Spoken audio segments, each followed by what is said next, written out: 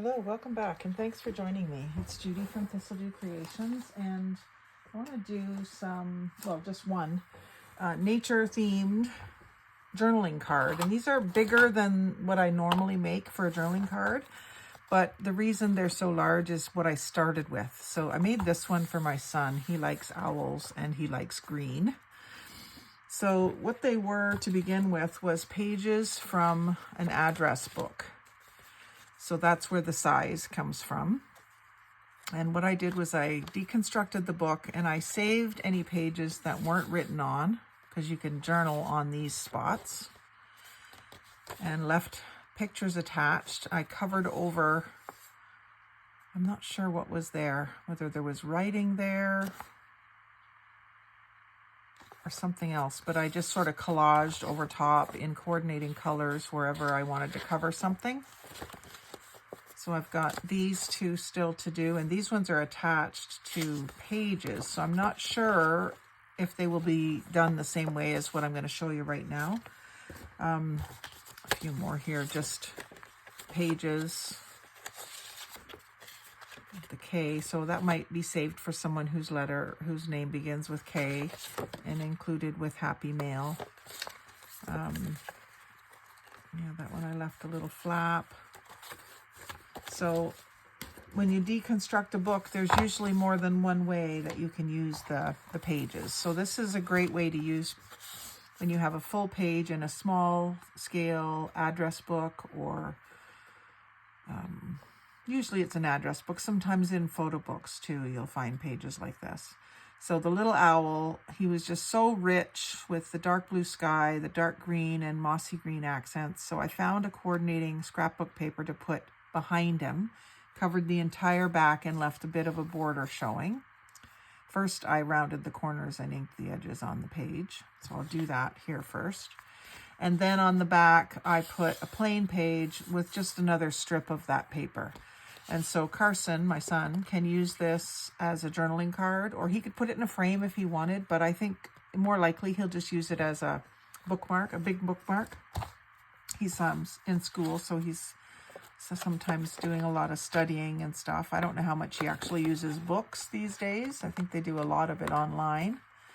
Now this one, it almost looks like I glued the two pages together, which I don't remember doing, but that doesn't mean I didn't do it. So I'm going to do the same thing with this one, just round the corners. And I think on his, I did the smallest round over, just so it wasn't sharp.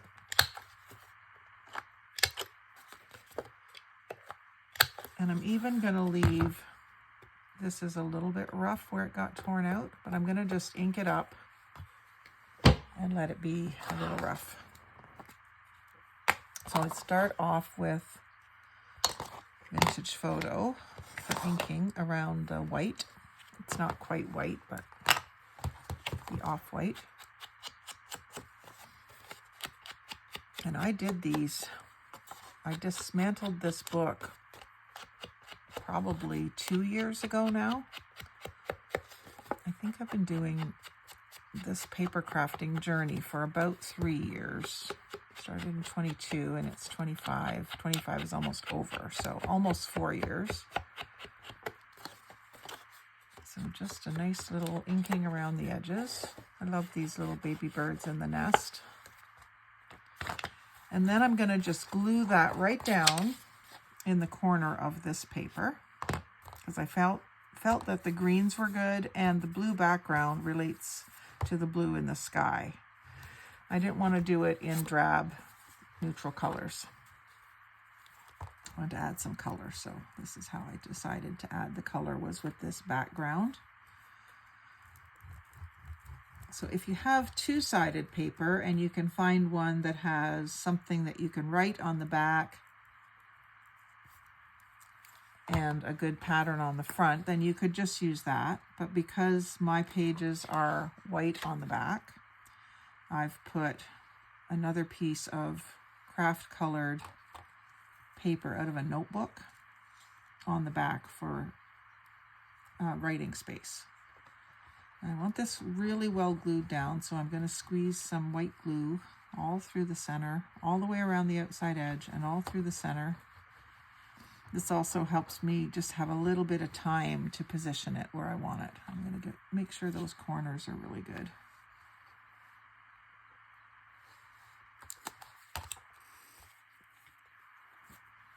And then I'll put it down in the corner here where I have room to cut around it. These are a nice big card for either journaling on, or a big bookmark, or even if it's almost as big as your book, you can still use it as a bookmark. So I'm just giving that a good rub down so that gets firmly attached. And then I like doing the rippled edges, so I'm just going to hold my ripple scissors right along the edge of the page. And once I've established my width, just eyeball it up the side. You're not going to see much of this background paper, but the colors are there and your eye registers that it coordinates.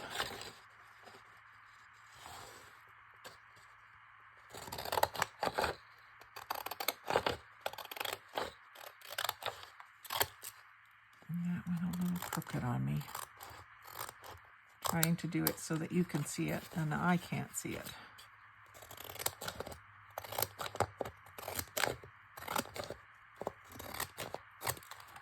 So that's my background. I'm not going to put this paper away just yet because I still need a little accent strip for the back. It's not necessary to do the little accent strip, but I thought it was a nice touch. And so now that is, I'm going to ink around the front edge with my darker ink, the ground espresso, because I just love what that does to the medium and dark toned colors.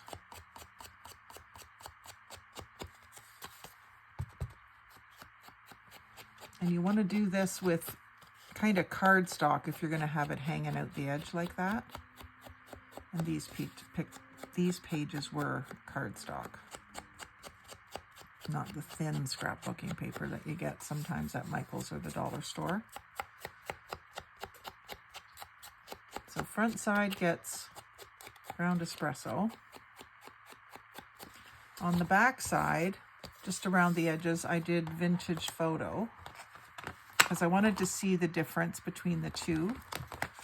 So I'm just doing around the edge so that when I put that craft paper down, it's not up against white. And I really like the way that it darkens up the very edges of the page.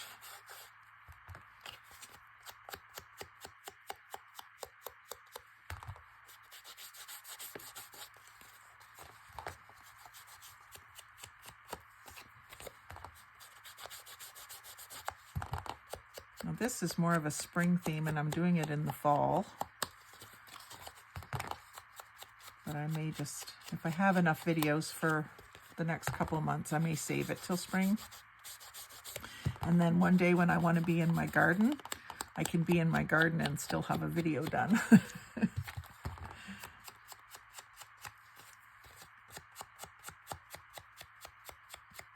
did a bunch of Halloween stuff yesterday.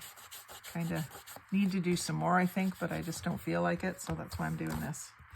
And then to cut this to the right size, I just used one of the pages I haven't done yet,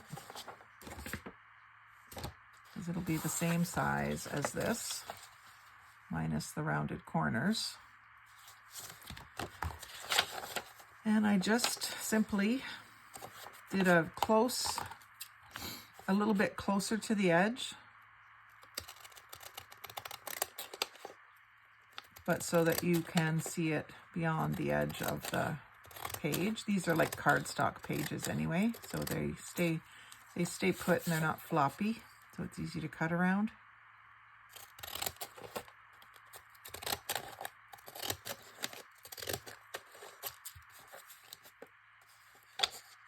Make sure it's still straight.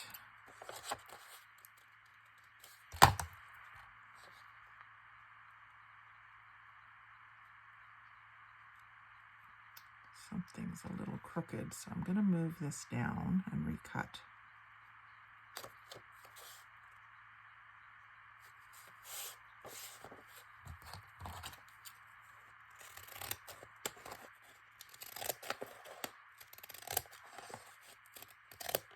better. And then this edge, this far edge, just needs a slight trimming. Of course, you don't have to do the ripples. If you prefer straight edges, you can do straight edges and cut it with your guillotine or your paper cutter. I prefer to do it freehand and have it look a little more torn. A lot more torn, actually.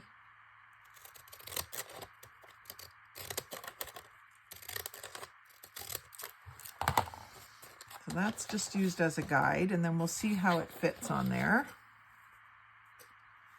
If it needs trimming, we can trim it.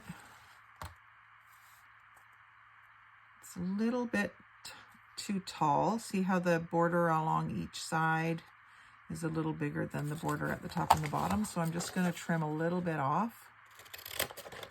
Not much. And we'll try it again. You don't want to get into a bad haircut situation where you have to keep cutting it down and cutting it down. There we go, that's better. It's not perfect, but that's the whole point of doing the ripples, is that it doesn't have to be perfect because it's rippled. Scraps out of here. And then I'll do the same thing as I did to put the green down. But first I want to ink this with ground espresso. I find it shows up the best on the, well, of the inks that I have. Scorched timber would probably work good too, but I don't have scorched timber, so I use ground espresso. And it just looks really good up against anything that's this brown cardboard color. I'm not putting a lot on the face, it's more on the edges, a little bit in the corners.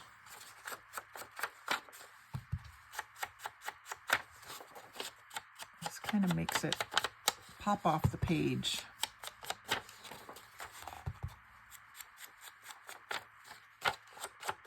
Off of its background.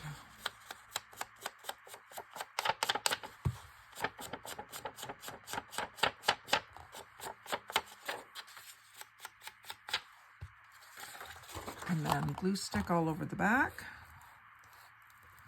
You notice I'm not going right to the edge with the glue stick. It's more for through the middle.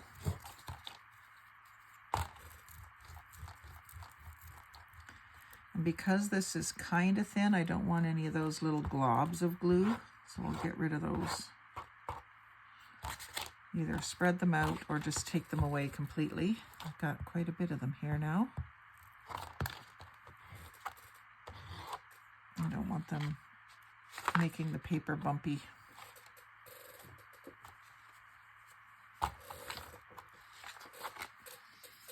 And then I'll put this down. Oh, no, I won't do it yet because I want to do tacky glue all over. So I do tacky glue right close to the edge so that it doesn't lift on me after a while.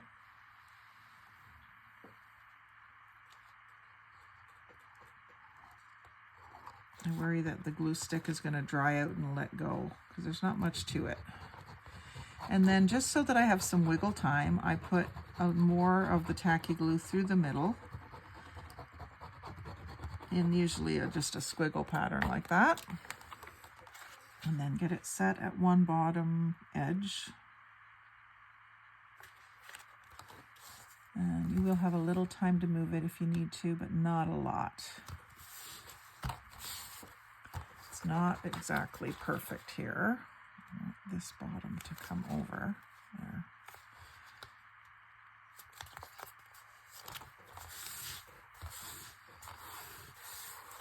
And press it down. A little bit of heat and pressure. And then, like I did on Carson's, I will put a little accent strip of this. And I think on this one, I'm going to put it along the bottom or along the top. I've got a piece that started here with the ripple scissors. So I'll just cut all the way across to here. And then measure it like this, and across the top. I'm going to ink this as well with the ground espresso.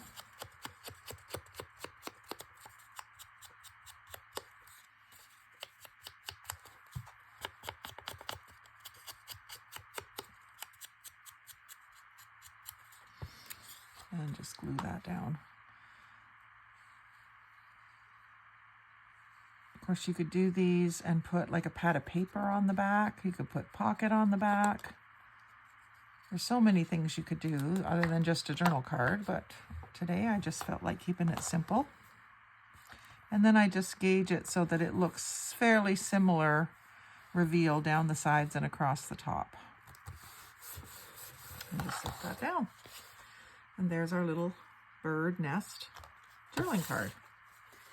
So I think I'm going to give them to Carson and Amelia when we go for Thanksgiving.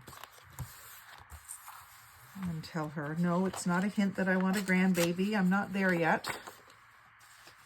Take your time. But that was fun to do, and those have been sitting waiting to be used for quite a while, so I'm glad to have them used. And I'll probably sit here and do the next few just to get them out of my little to-do pile.